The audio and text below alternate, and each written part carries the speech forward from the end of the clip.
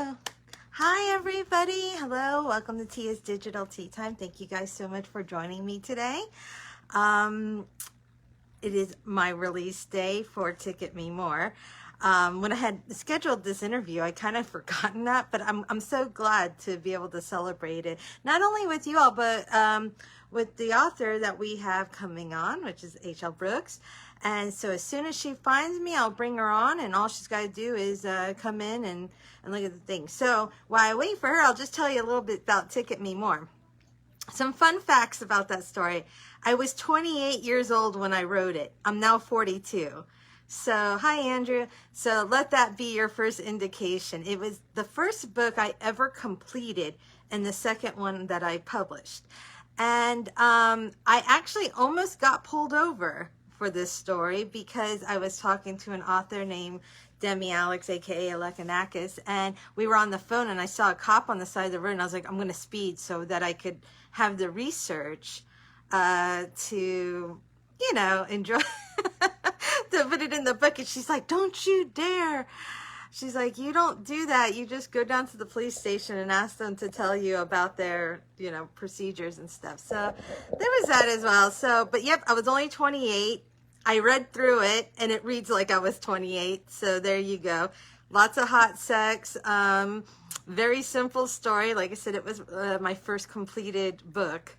And just this kind of sexy, feel-good romp of a woman who's incredibly shy. And, she just kind of wants to grow up and have a bedroom partner and have a relationship and a boyfriend. And yeah, so, and she meets this police officer after she gets caught speeding and she wants his attention. She doesn't know what to do. So she starts speeding past him. So he has to pull her over and give her tickets. So it's just a cute little story like that. I hope you guys enjoy it. Like I said, it's not as complicated as the books I write now, obviously, because it was, like I said, my first. I was 28. And, but it's fun. It's a fun story. Okay, so I'm still waiting on the author, H.L. Brooks. Let's see if I see her in here somewhere. I think she goes under, I'm sorry, guys. I'm waiting to see if she's coming in. I see Holly's here. So, yeah, hi, Holly. Thank you so much. Holly is a wonderful reader and supporter. Oh, yay! HL is here, and I'm going to go ahead and so we will have her on. I'm so excited. She's got this wonderful thing to talk about. Hi! How are you? Hi. How are you? I'm good. Can you hear me Yep, you look okay? great. Yes, Julia. Thank you so much, Julia. Heather, I see you. Oh, there you are. I'm trying to get in. Yeah, I was waiting in the group page and I kept refreshing it and I see that, never mind. I figured it out. Well, I'm so glad you were there. Thank you, Julia. Julia, it's been so much fun. Today's, as you see from the group, there's a lot happening today. I had a release I had forgotten about. Yeah. I was going to tell you, congratulations on Ticket More. Good Thank for you. you. Well, I was telling the people, I wrote that back when I was 28. I'm now 42. Like, it's actually an old re-release, like from forever ago. And I was kind of like telling my readers, I'm like, bear with me.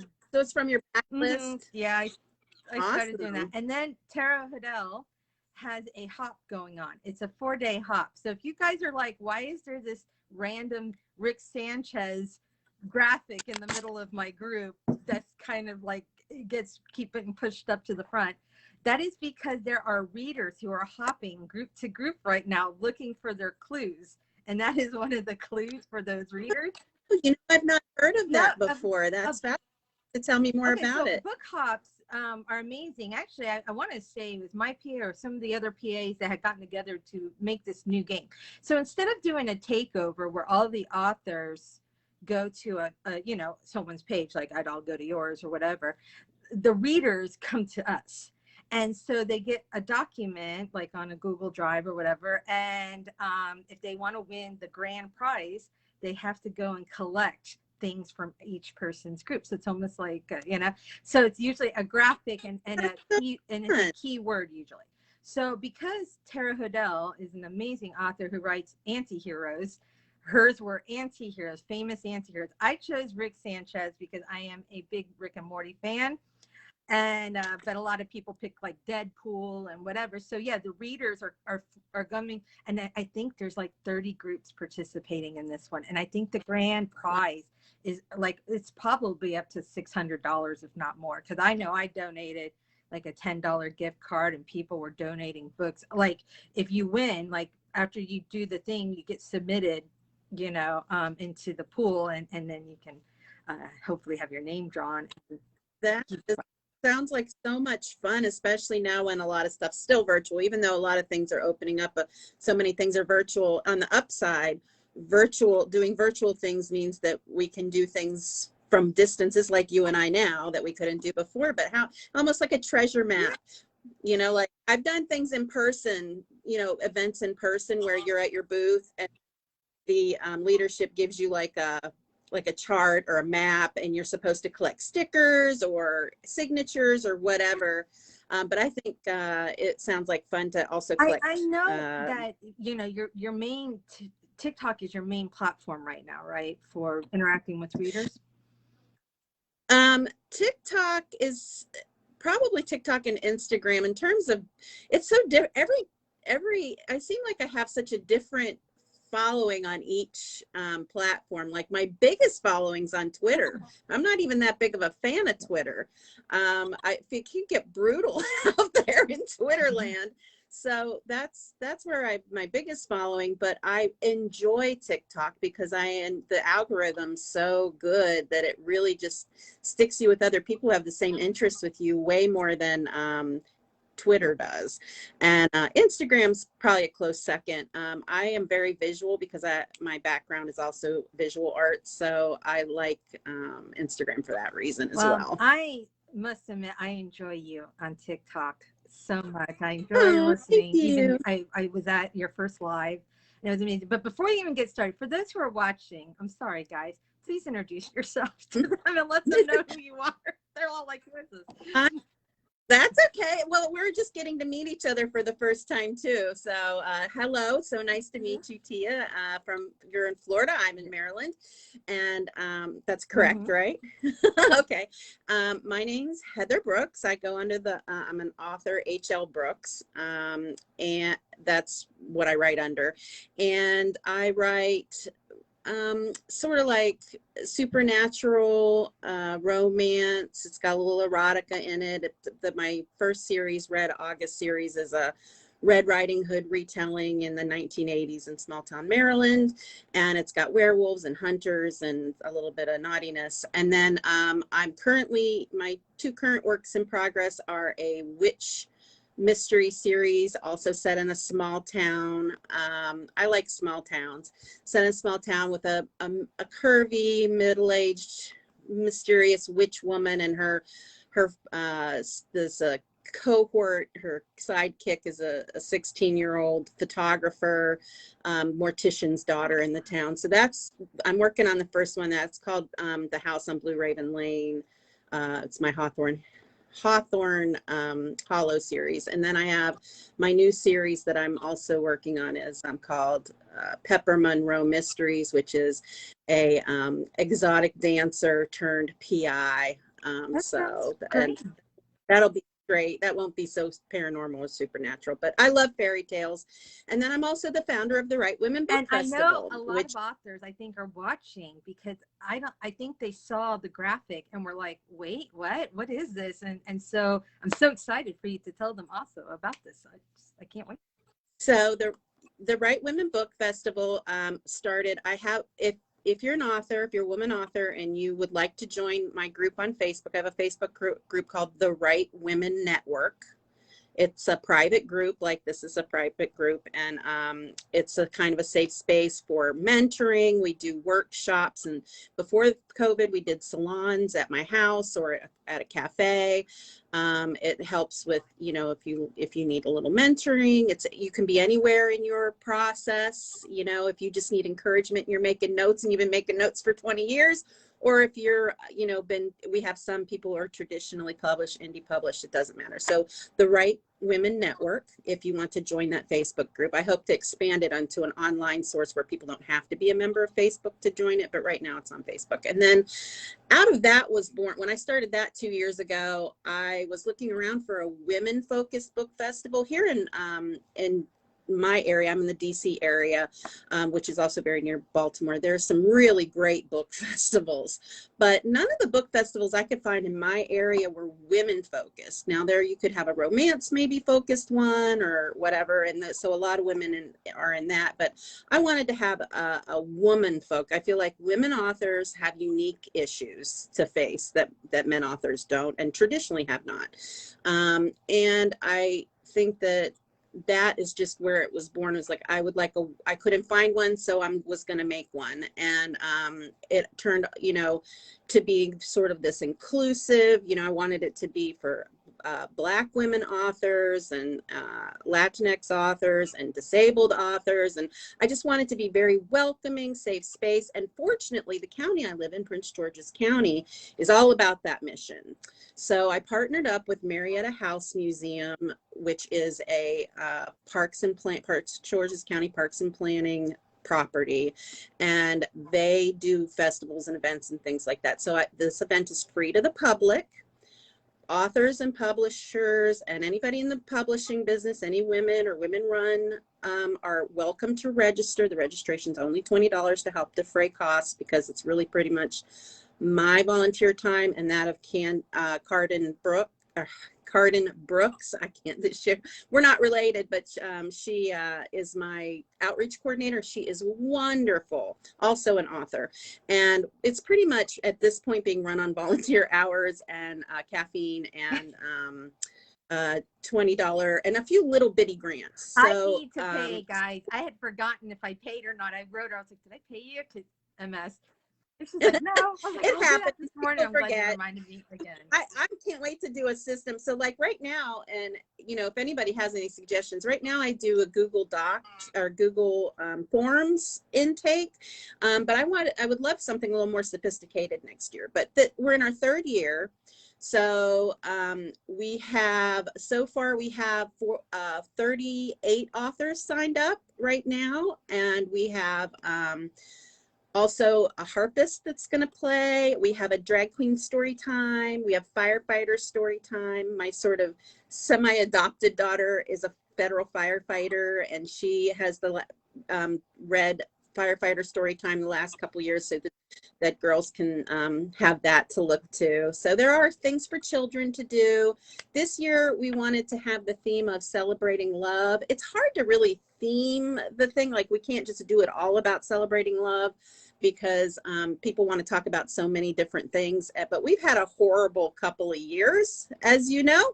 So we want to just kind of like focus on positive. And so we're just trying to just focus on workshops that promote your work and celebrate love and self-love, romantic love, like all those kinds of things. But we have a nice panel. I'm so sorry to interrupt. I was just going to ask, so is registration open for authors, publishers, and stuff like that?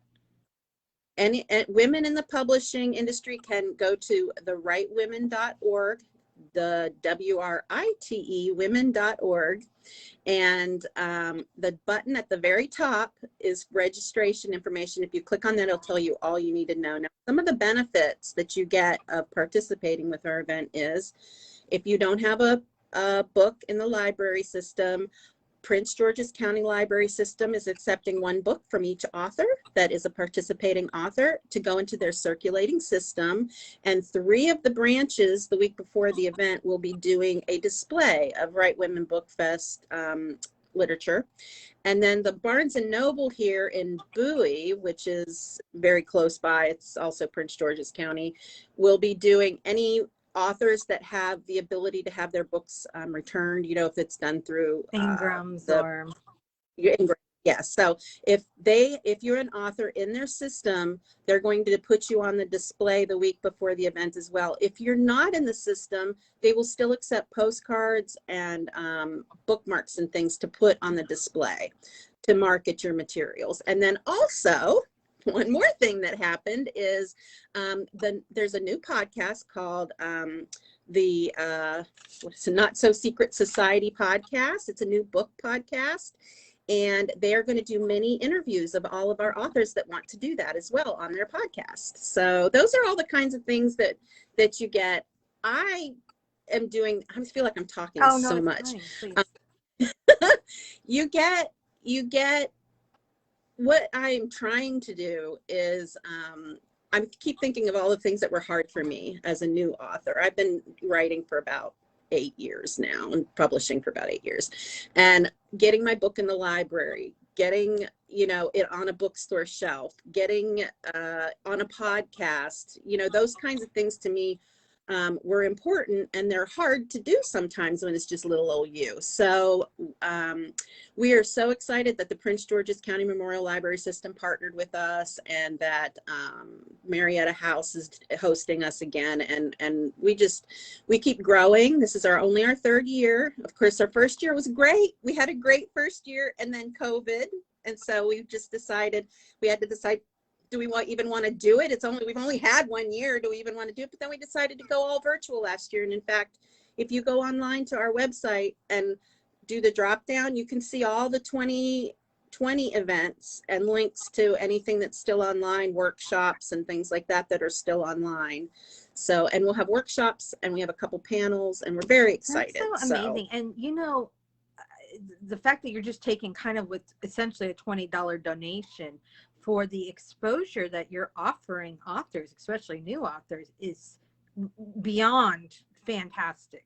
Usually you would have to spend hundreds of dollars going to like a big conference like RWA or something to get this kind of exposure. But you guys, just $20, that's wow. We're hoping to formally organize in November. We wanted to try it out a few years to see if it was going to work, and it looks like it's going to work. So we're going to formally organize. We're still trying to find out if we're going to be a business versus a nonprofit. We're seeing that we have an accountant that we're visiting then, and right now we are, leaning towards nonprofit. But I don't personally. I can do a lot of things, but setting up business entities isn't one of them. So we're going to find out what that is. So we want to keep the price low. So even for the $20 this year, even if we have to go up in coming years, because of we would at some point want to do it. We're aiming to do a 2-day festival, and we want to partner with the nearby hotel, because this is an outside historic property. So we want to partner with ticket prices could vary and are likely to go up. However, this year, if you participate, you get $10 off next year, whatever it is. That's still a great price, though. Even if you went up, with the hotel, because then that would be for people coming to stay, right, and stuff. Right. That's so good. Yeah, we want to keep it accessible. I know that I had a hard time, at first, because a lot of the tables were between $200 and $1,200, depending on the event or the con, and for me, I know how hard it is. You're paying to get your cover. If you're an indie author, you're paying to get your cover done. You're paying for your editing. You're paying, if you're traditionally published, you're still having to do your own marketing. You're still having to try to find places to get that will, accept you, whatever. So our idea is to keep it accessible, and to even have discounts for people who can't afford it. Like right now, we will even waive the $20 or reduce it if you can't afford it. Because we want being a woman, woman author, you're already struggling a bit. But if you're disabled or a Black author or LGBTQ, that already raises the bar even higher for how hard it is to get, or I'm using that terminology wrong, raising bar. It makes it harder for you. There's already a disadvantage there due to society's limiting the access for those kind of groups of people who just don't get the same opportunities that Caucasian, I totally get that.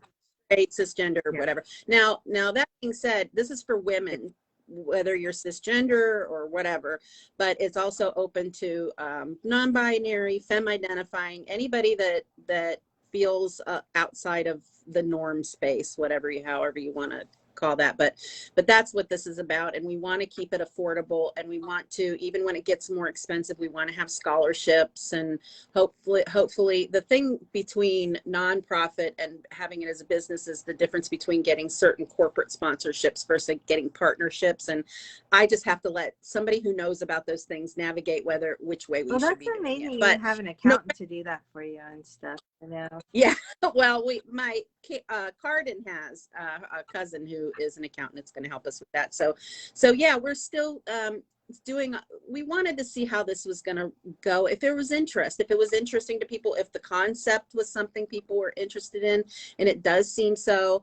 The registration closes August 15th. So if anybody wants to register, go to therightwomen.org and click that top button and register.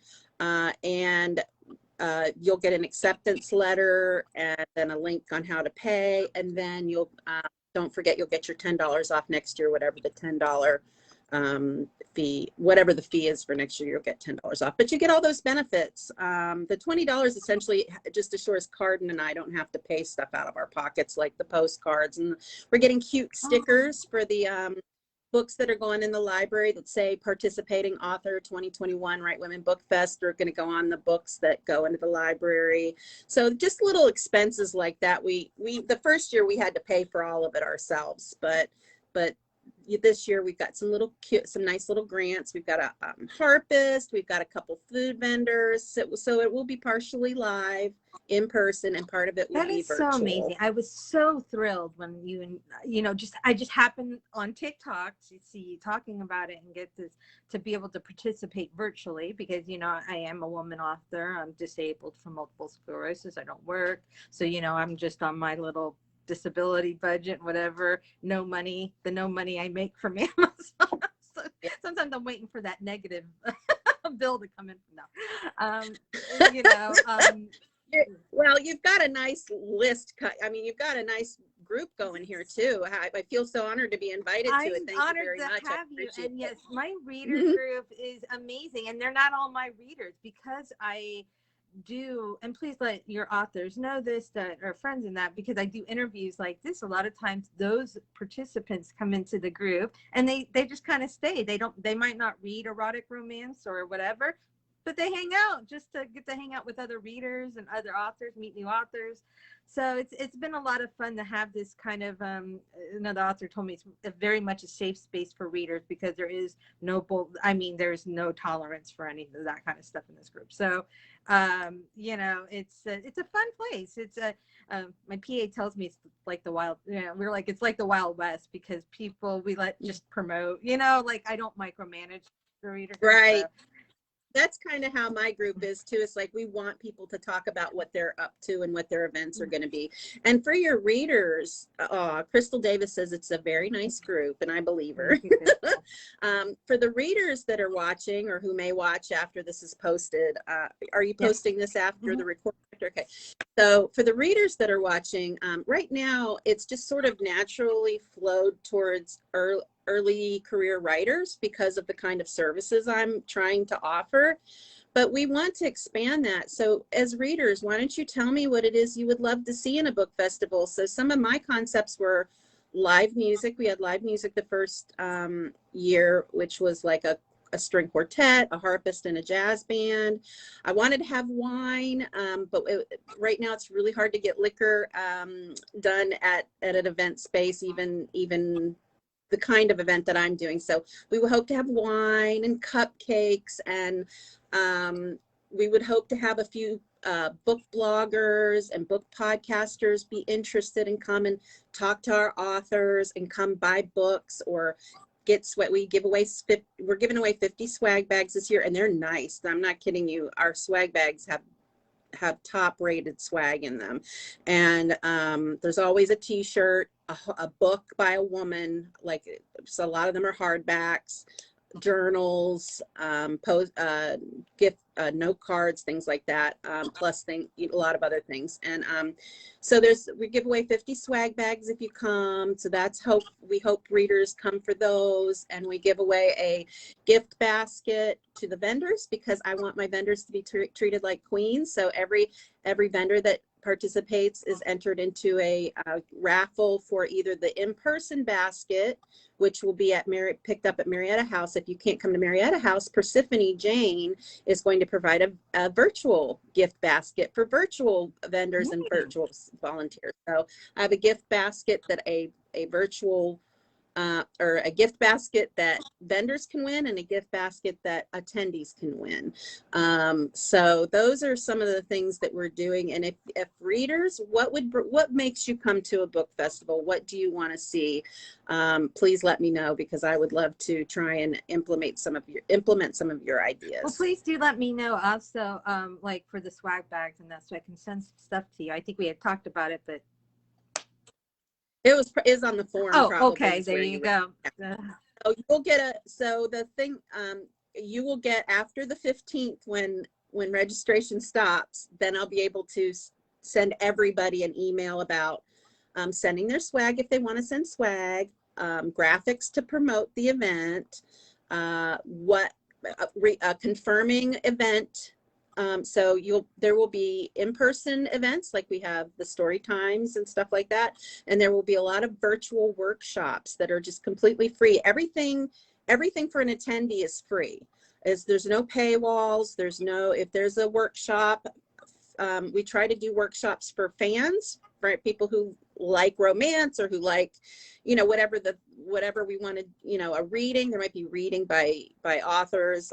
We had a fantasy virtual tea time last year where everybody dressed up in tea and, had tea, and we talked about fantasy books. And so there will be a list of events. There's nothing on the event page right now because registration isn't closed yet. But once it is, check out the events listing. There will be events there as well. I'm so excited because we have so many fabulous women writers on this group that I want them to, and those, not just in the erotic, just like mystery writers and historical writers and just writers of all different diverse backgrounds, especially those who write, like things like for charity. There's just so many wonderful authors on this group that I want them to see this. So I'm going to be tagging people after we get off here because I think they need to watch it. and definitely sign up, especially like I said, even if it's only this year for the low price of $20, even if you don't do anything, it's just to support other writers out there who need like these, panels and these classes and stuff. I'm willing to donate $20 even if I didn't put a book out, because it's so important. Right. It's hard to be a new author. And you can just donate your $20 and be listed in the online store there this year. I mean, you can do that small amount and still be participating, because you don't have to do a workshop if you don't want to, or maybe you don't want to do a workshop. You just want to read something from one of your old books or one of your new launches. You can do that too. So go look at the 2021 bookshop, go look at the 2020 bookshop and see, how that looks. And for $20, you'll get listed there. You'll get a shout out on our social media, and you'll get a blog post on our blog. So it's really good value for your money. It's all about networking and getting your name out there and connecting women in safe spaces. I love that so much. And I'm so excited. Personally, as a reader, I went to my first conference back in 2006 because I decided I wanted to be a writer. I was always a writer. I wanted to be a professional writer, where you make that change from writing like in your journals or whatever, to, what I'm going to try. Yeah. And so it was an RWA conference in Daytona, not long after all those hurricanes had hit. So things were still, so it was actually cost reasonable. And it was just so fun. I don't think a lot of people have gotten to go to conferences because, conferences have kind of died out. You remember when you used to be like 20 a year? Like I used to be like traveling half the year. But as time went on, I think the internet has gotten, like you said, virtual ways of doing things. But just the sisterhood of being with other authors and the free swag, the books that you get, and just the fun, like getting to like listen to music and stuff. I've always enjoyed the conferences and stuff, and so I'm hoping that if I go next year, I'll just come up to DC then. Not this year, obviously, with COVID, and that's not a good Yeah. thing for me. Yeah. I mean, I did get my thing, but it's like, Yeah. Yeah, we're vaccinated. It's just that we had 4 deaths in DC last week from fully vaccinated adults. They were compromised adults medically, but still, that still covers that doesn't mitigate the fact that they were humans. It's like it really bothers me. We're like, well, were they medically compromised? Well, what difference does it make? I have Because a suppressed the immune point, that's who we're trying to system, and I'm protect. vaccinated, and it probably will take me out, if I'm not careful. So. Yeah. It's not, and I think that one of the things that I'm looking for is next year, where I'm hoping all of this is worked out, and that we can have a much bigger event next year, maybe even 2 days. We'll see. Which I hesitate to do that because for next year, because I don't know how recovered everybody's going to be from this, and also it's twice as expensive when you do it 2 days. So for the people coming, like if people want to come. But we will, now that we have, the first year we didn't really do much virtually besides post stuff online in terms of social media and marketing, but we will always be doing it virtual now, so that we can include as many people as possible in this event with open arms. So that's, yeah, so we would love to have people come next year. I'm open to all kinds of feedback. I love feedback. I'm having been an artist and an author all these many years.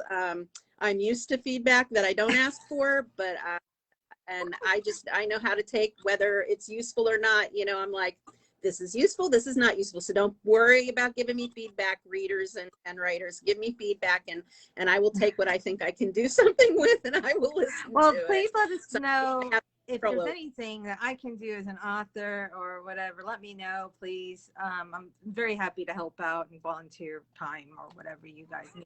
Because I'm home anyways. Like I said, with the MS, I'm just here. It's partly, so I'm just here anyway. I found that writers are so when I started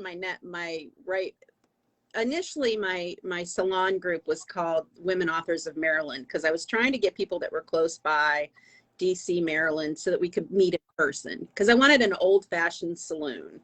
I want a saloon, yeah, too. I know. I was like, yeah, that sounds good too. An old I wanted an old, see, I went straight to those tin pictures you get at like Busch Gardens.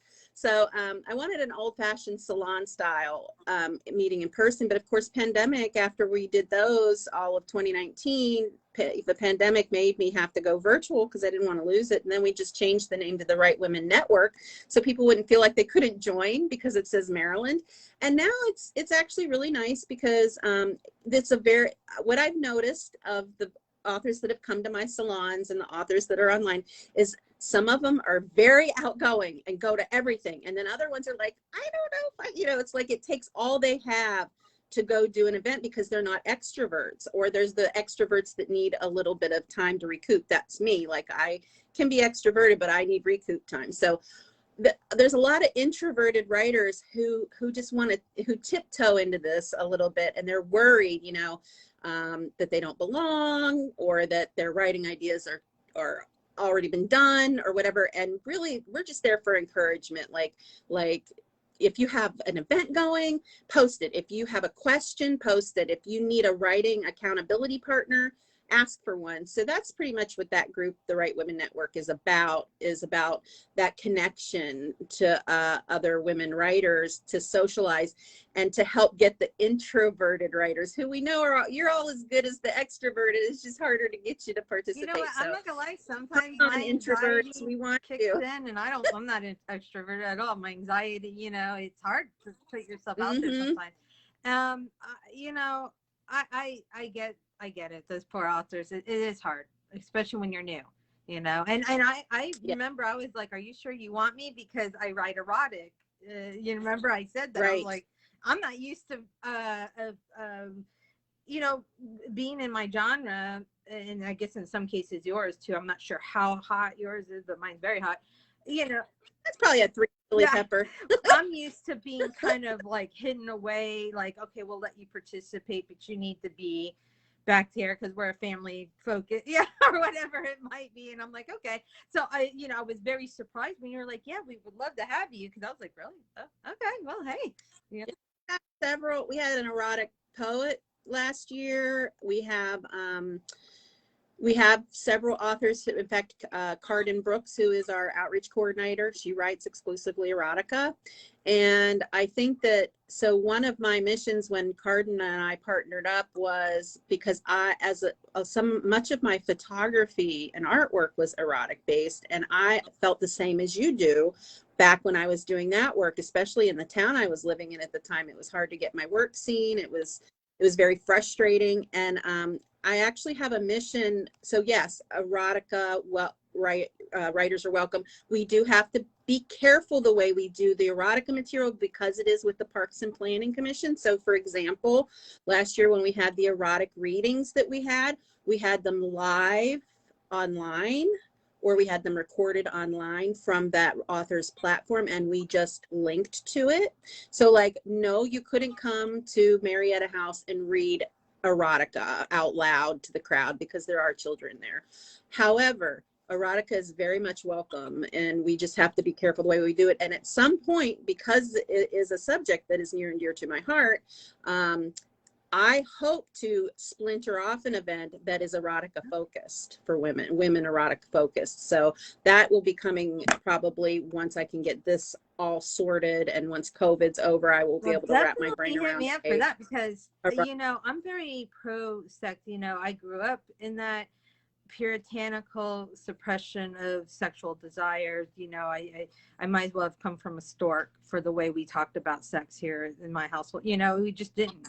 And you know, I'm waiting for you know, obviously we responsible erotic romance or erotica authors know that we protect children and have managed our expectations on things like readings and that. But at the same time, for other adults, you know, that it's okay to talk about sex, and that it's a natural function of our world and body, and and it's not something we should be ashamed of.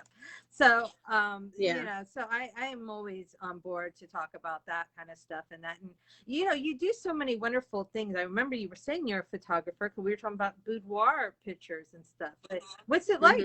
You're an author, you're an organizer, and now also a photographer.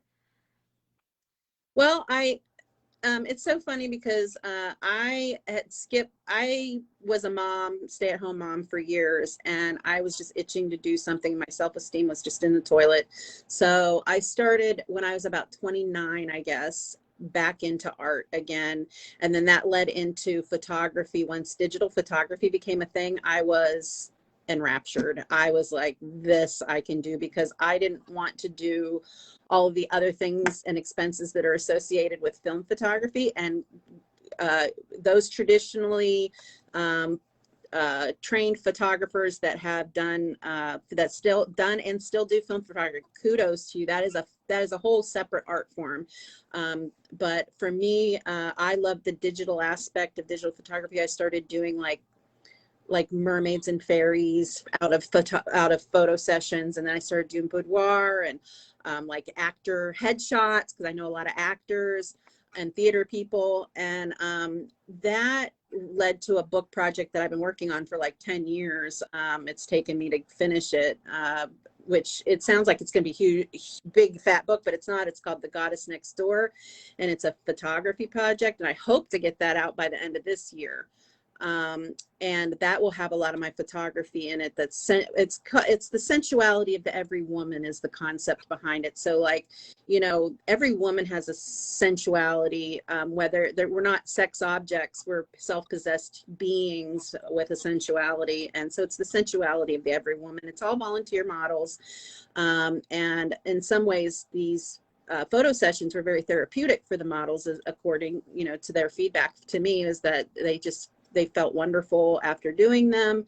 And I enjoyed making them feel better.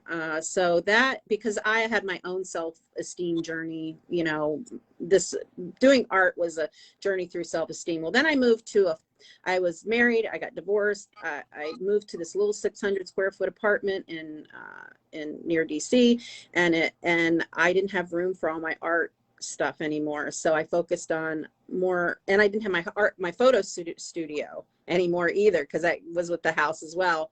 So I started, but like, what can I do? And I've been blogging since 2002.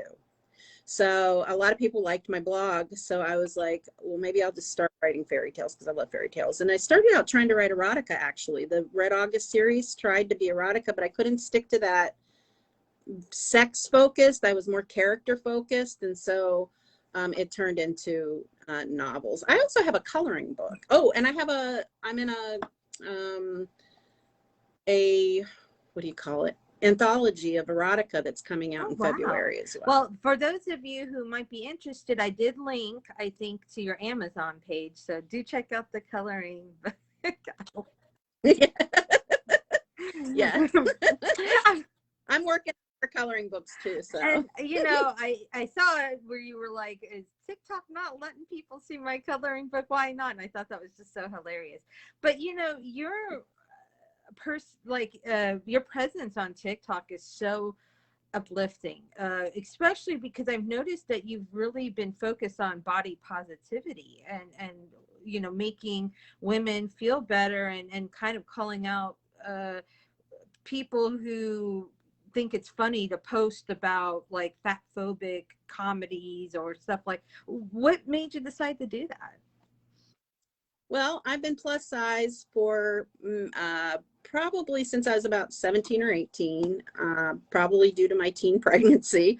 And being, at first, I was just so ashamed all the time of my body. And I had an eating disorder, and I just got tired of it. I just was like, I'm sick of feeling this way. And so that was when, like, in my late 20s, I took a belly dancing class. I was like, at the time, I was very poor. I could not afford it, but I was like, I'm going to drop the check in the mailbox and I'll go. And I went to belly dancing. At the time, I was about 28, I think. I'm 51 now, just for context.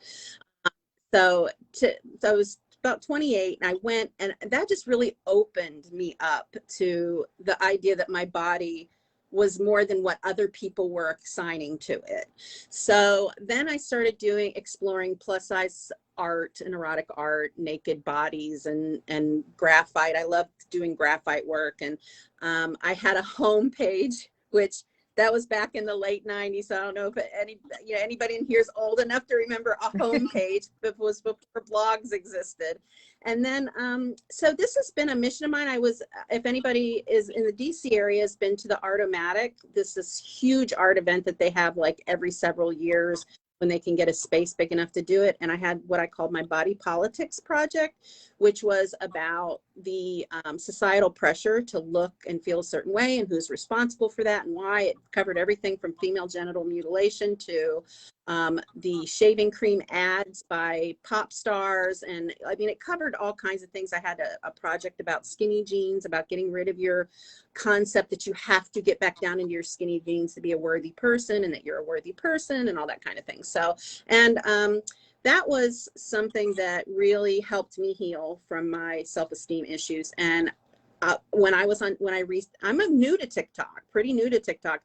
And when I ended up in Book Talk, I started seeing more and more people talk about fat phobia and body positivity. And I was like, this is awesome. People are talking about this again. I love it.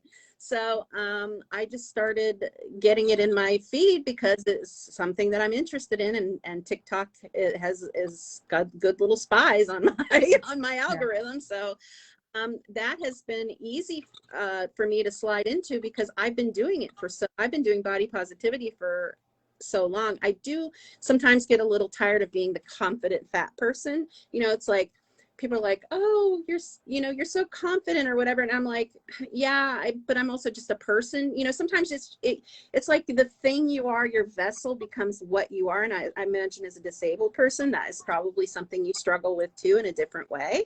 So now I'm getting old. So that's going to be a thing that I'm going to be talking about a lot, is I was thinking of writing a book called First I Was Fat, Now I'm Old. You know, it's like there are different levels of struggle with old women in our society are not revered. They're not, you know, looked to as a goal to attain. It's like, I don't want to get old. And, you know, that is not an attitude I want to go into my second half of my life with. So I hope that I can come up with something that's inspiring. My daughter keeps telling me I really should write a book about how I healed from my self-esteem issues. Not that I don't have any. I don't think you fully ever heal from that because it's so ingrained, you know, and because you get reminders daily that society does not appreciate you the way you are. But when I think of all the years I wasted absolutely like loathing myself, I just wish I could have that time back. And so I don't want my goal. My elevator speeches is I like to make lemonade out of lemons. And so everything I do, from my art to my writing, is about taking negative experiences I've had and trying to make something positive from that. So that's essentially what I boil down to. And my books are, even though there's erotica and fairy tale in there, what it really about, and probably all my books are about in some way, is love, and the different kinds of love that you can have for yourself or your family, the different kind of family shapes you can have, and romance and that kind of thing, who we belong with and who we don't belong with, and things like that. So those are really important topics to me. I'm glad to see TikTok is really, in fact, we're going to have a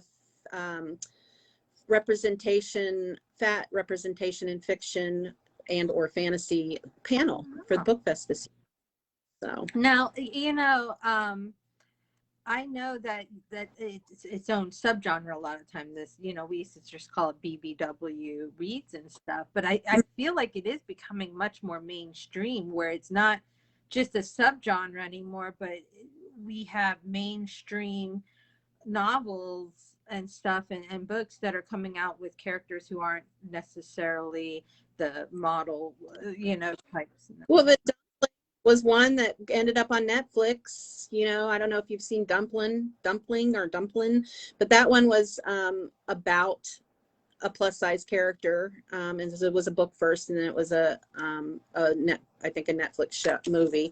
But yeah, you're right, and I think that one thing I like to try to do is just write fat characters that are having, or non-traditionally shaped or whatever, and have them just living their adventure and not talk about, like, I don't like my books to be about a fat character, like their fatness. I like to have strong non-societal, you know, look of beauty, whatever, just be who they are in their lives. But I definitely have had the inkling to write a plus size romance or something or two. You know, I feel like you can do that, because even for a strong character, like, you're a strong person, but you said it yourself, you know, there are days where we have insecurities, or there's, you know what I mean, self-doubt and triggers and just all these things. And, you know, you can have that badass character who is, you know, a plus size, and then,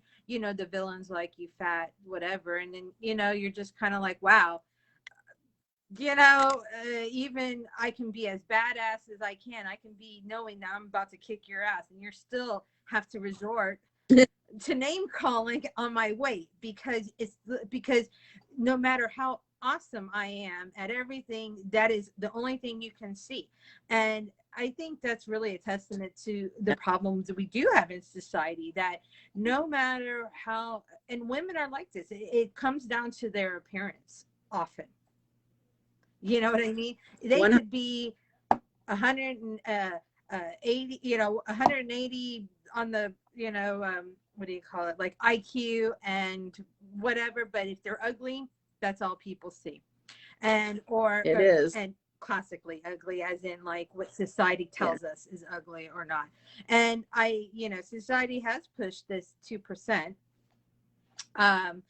You know, that we all need to look like this 2%, and this 2% that are of this kind of body shape of, you know, and because it's never enough just to be skinny. You have to have big boobs too. or in a curvy, And and yeah, yeah, no yeah, cellulite. it's not enough that you're just thin, or it's not enough that you have big boobs. You also have to have this and that. And then your body has to evolve with the taste of society. So, I expect, it's like society says, I expect you to be in this 2% here. And then a decade from now, when my tastes change, I want you to somehow formulate yourself into this. So, like, oh yeah, I loved when you were a size 4, but now size 8 is more appealing to me. So you need to be a size 8. And I think that marketing is mostly responsible for this, and the kind of stuff we consume is responsible for this. And I think that if you go into, that's not to say you can't consume something with classically societal standard of beauty characters or whatever, that's fine, you can, but with the mind that that isn't what makes them a person. It's like we are whole human beings, and we need to think about that. And of course, then with erotica, sometimes you're just consuming, like something that you want to feel good. And there is nothing wrong with suspending that as well. Like, one of the problems I think that there is with fat representation is that a lot of fat women don't want to read what it's like they want to read what it's like to be a thin woman, and they want their character to be something they can, imagine themselves in, and they want to escape to that because they want to escape all of this. And I have no, for me, it's like, I don't want to shame anybody's reading taste. I think that if people need that escape, great, but also try to think about, it's like eating veggies too, like eat stuff that's, consume stuff that's also good for you at the same time, and your self-esteem, because it can be over time, I think can be helpful to have those positive role models that look like you out there kicking ass, or living a fantasy, or having a romance, and understanding that's for you too. It's not just for skinny, big boobed people that fit whatever the certain societal standard is today. But it's for you too. It's for all of us, and we all matter. And I think that's what I like to see and what I like to do in my work. But everybody has different kinds of work they like to do. Some authors are working out their shit. They're just trying to get their mental stuff worked out, and their burdens worked out. And if they're plus size and they want to write a skinny character, I have nothing against that. If they're disabled and they want to write a non-disabled character, I have no problem. I mean, like I don't feel like as authors, it is our responsibility to elevate everybody's lives. However, if you can do that as an author, I love it when you do. It's like, if you have the ability to do that, or if you just want to write escapist stuff, that's good too, because we need that. I mean, when I sit down to watch TV, sometimes I'm not there. I'm not always binging the documentaries and the heavy stuff. Like, sometimes I'm watching, fluffy stuff on romances, like Hallmark movies or whatever. I just want to turn my brain off and relax and escape into that. And I don't think there's anything wrong with that. And I think also is that we really are at war with it, what you said, like a marketing culture that wants you to not be good enough, because that is how they make their money. So that's why beauty standards change and things shift, because if you achieve that standard, then they no longer can use you to like make money and stuff, and therefore it needs to change. So I think, a lot of times too, we do just kind of have this marketing,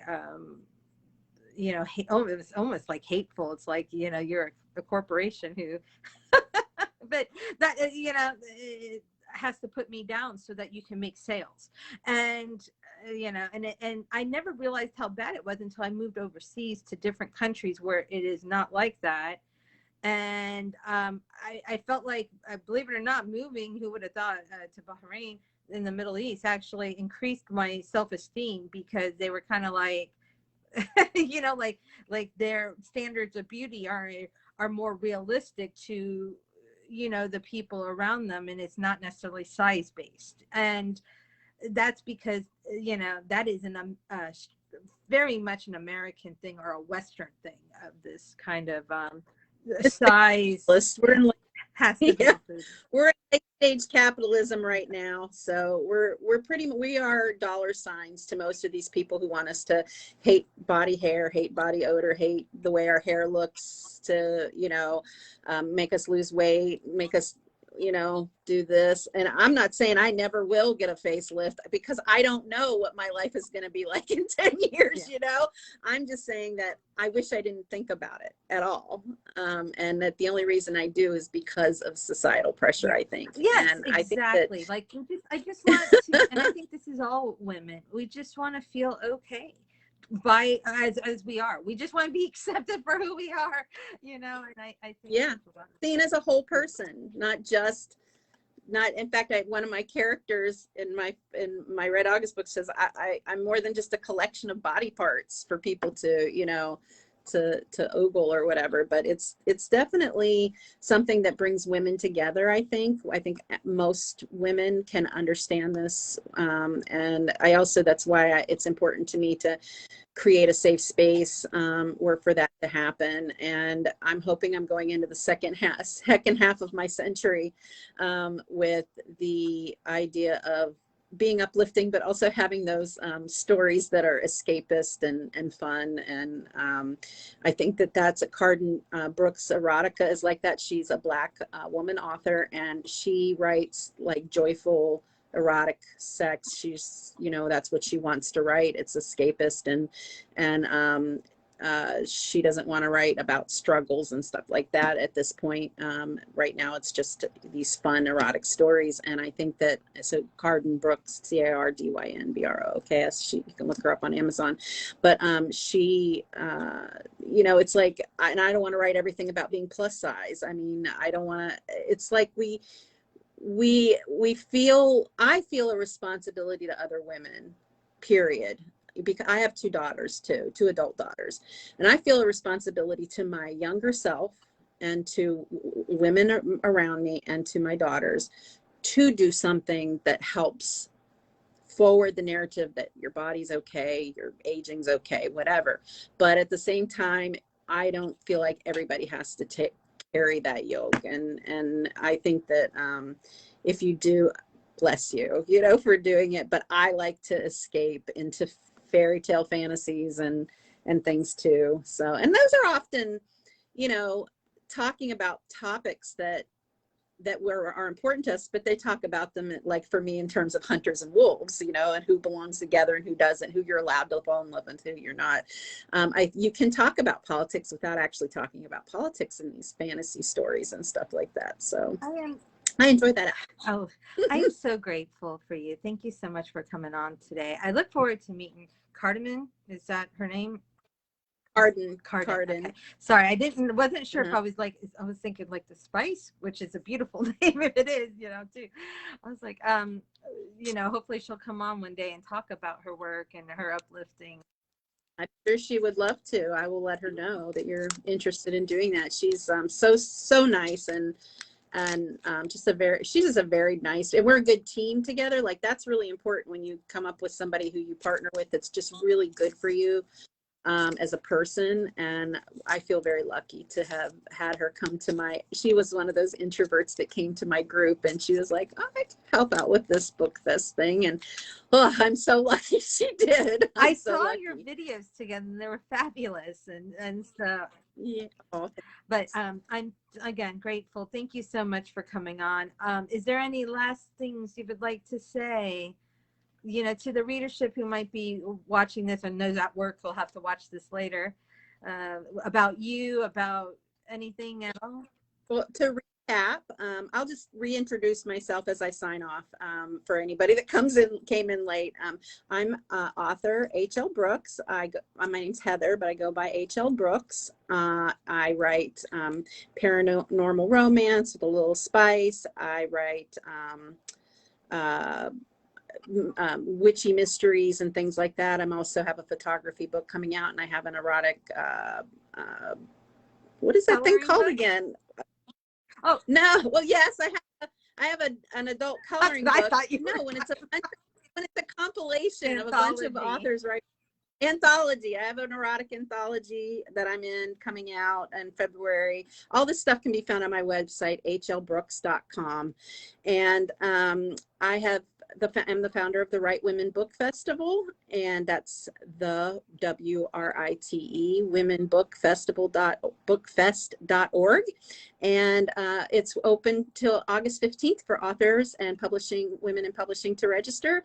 And I hope that everybody else will come either enjoy it virtually or in person at Marietta House Museum in DC on October 9th. You can find me on social media at HL Brooks Writes. And I'm sure that Tia, who has been a lovely, lovely host, will provide some links, and I'll drop some in the comments we'll as go well. through the comments. Yes, Lene, we'll do that. I'll also do a post, and Heather, you're most welcome to come on my group anytime and drop whatever links or anything you want for the especially for the conference. My me group, your group, Mikasa Sukasa group. Forgot the word for group.